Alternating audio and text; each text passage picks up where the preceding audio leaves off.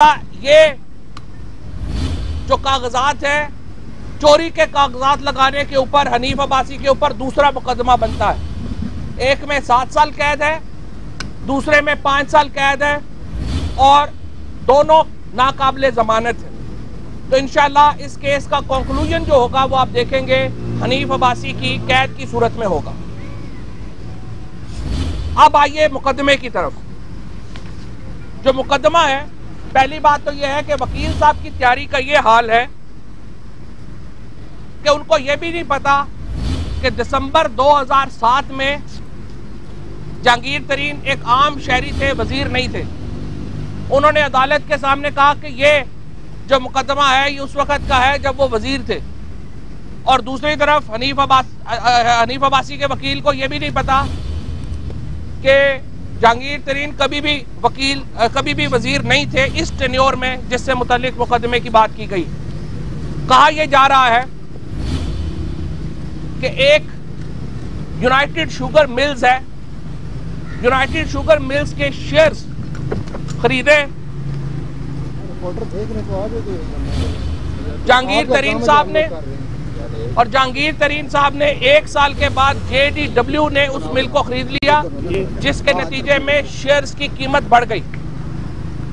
पहली तो यही बात आप देखें कि जहांगीर तरीन के ऊपर कोई सरकारी खजाने का मिसयूज का या उसका कोई इल्जाम नहीं है। वो ये है कि एक मिल के उन्होंने शेयर खरीदे, साल के बाद उन्होंने जब वो मिल खरीदी तो उससे शेयर बढ़ गए। तो ये तो फिर उनकी क्रेडिबिलिटी है कि अगर वो कोई बिजनेस खरीदते हैं और उसके शेयर बढ़ते हैं तो ये तो उनकी क्रेडिबिलिटी है। लेकिन हुआ ये कि सिक्योरिटीज और एक्सचेंज कमीशन ने जब खत लिखा जहांगीर तरीन को कि आपने 1 साल के अरसे में शेयर खरीदे थे, उससे आपको ये गेन हुआ। जहांगीर तरीन ने ये शेयर उस वक्त खरीदे थे जब पता नहीं था कि ये शुगर मिल जो है वो बिक जाएगी और JDW उसको ले लेगी। लेकिन उन्होंने अपनी फेयरनेस के लिए, ये बताने के लिए कि वो फेयर थे, उन्होंने वो पैसे SCCP को वापस कर दिए और कहा कि ये गेन मैं अपने पास नहीं रखूंगा। ये शो करता है आदमी की क्रेडिबिलिटी को, आदमी के सादक और अमीन होने को। और यही बात आज चीफ जस्टिस साहब ने भी अपने रिमार्क्स में ये बात की। तो ये उन्होंने पूछा, ये भी चीफ जस्टिस साहब ने पूछा कि ये जुर्म क्या बनता है।